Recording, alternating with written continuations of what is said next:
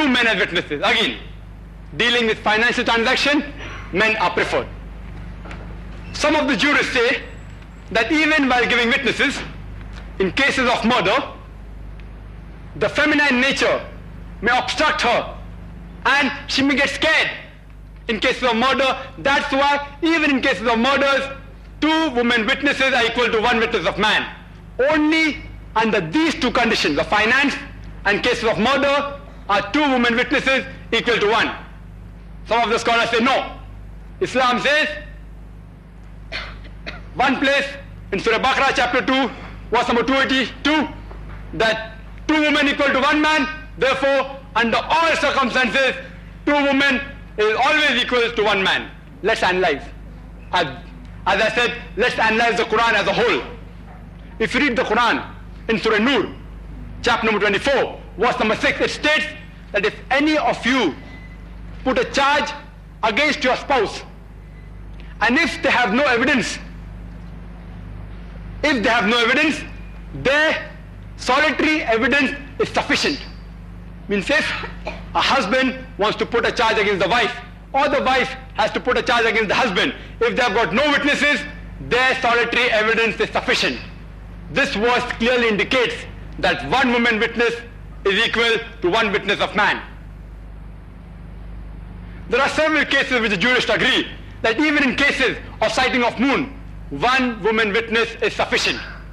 Some jurists say that in the beginning of Ramzan, 1 witness is required. At the end of Ramzan, 2 witnesses are required. It does not make a difference whether they are man or woman. There are certain cases in which man's witness cannot be accepted. Only woman's witness is accepted. All are waiting for the answer, I believe.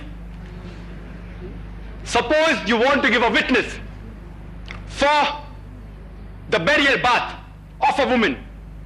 After a woman dies, the witness for a burial bath can only be given by a woman.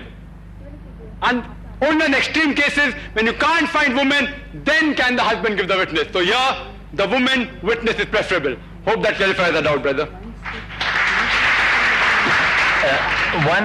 Those who are interested in writing question on the slips, you may kindly raise your hands so that we have assistants standing around. They could come and help you out with the slip of paper or a pen or whatever is required, so that and it can be passed on down the sides of the stage to me, so we can carry on as a secondary preference later on.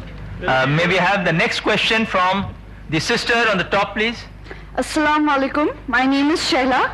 I would like to ask, why is polygamy permitted in Islam, and that is why is a man allowed to marry more than 1 wife? Sister asked the question that why is polygamy permitted in Islam? That is, why is a man allowed to marry more than 1 wife in Islam? The polygamy actually means that a person who has more than 1 spouse is divided into 2 categories. Polygyny, in which a man has more than 1 wife, and polyandry, in which a woman has got more than 1 husband. People normally think polygamy means a man can marry more than 1 wife.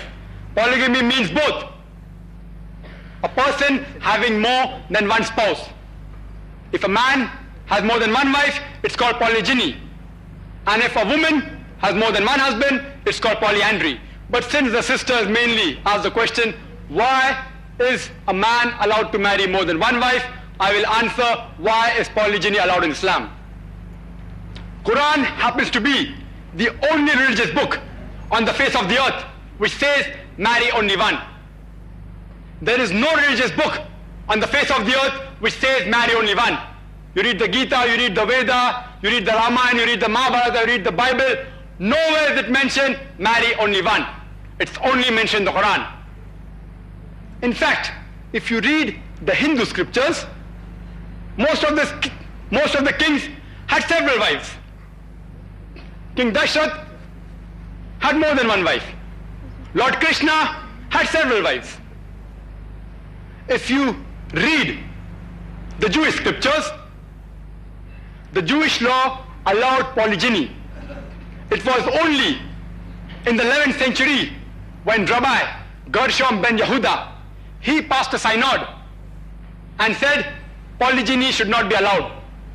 Still it was practiced by the Sephardic Jewish community in the Muslim countries until in 1950 the chief rabbinate of Israel put a ban on it. The Christian Bible allows polygyny. Only a couple of centuries ago, the church put a ban on it. Even if you analyze the legal aspect of India, the Indian law allowed a Hindu man to have more than one wife. It was only in 1954 when the Hindu Marriage Act was passed. And if I'm wrong, Justice Qazi can correct me. When the Hindu Marriage Act was passed in 1954, which put a ban and prohibited the Hindu man to marry more than one wife. If you see the statistics, according to a committee report on the status of women in Islam, which was published in 1975 on page number 66 and 67, it states the percentage of polygamous marriages. And it said that the percentage in which the Hindu did polygynous marriages, it was 5.06. And the percentage of Muslim polygynous marriages was only 4.31. Let's leave the statistic aside. Let's come to the main point. Why does Islam allow polygyny? As I mentioned earlier, Quran is the only religious book on the face of the earth which says marry only one. It's mentioned in Surah Nisa, chapter number 4, verse number 3, that you can marry women of your choice in 2s, 3s or 4s. But if you can't do justice, marry only one. The statement, marry only one, is only given in the Quran. It's not there in any other religious books. In pre-Islamic Arabia, men had several wives. Some people had hundreds of wives. Islam put an upper limit to polygamy, maximum 4. And you can have more than one wife only on the condition that you can do equal justice between the two, or between the 3 or 4.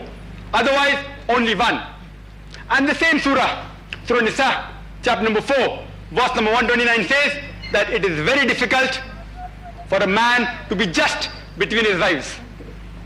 So polygamy is an exception. It is not the rule.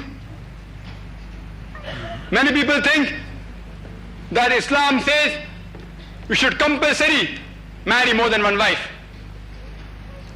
There are 5 categories of do's and don'ts in Islam. First category is compulsory, which is fard. The second category is recommended or encouraged. The third category is the permissible category. The fourth category is the discouraged category. And the last is prohibited or forbidden. Polygyny falls in the middle category of permissible. There is no statement in any hadith on the Quran which says that if a man marries more than one wife, he is a better Muslim than a person who marries only one wife.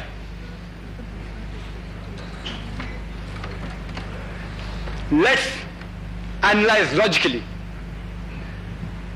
Why does Islam allow a man to marry more than one wife? By nature, men and women are born, male and female are born in equal proportion. But medical science tells us that the fetus, if it's a female, is more stronger than the male fetus.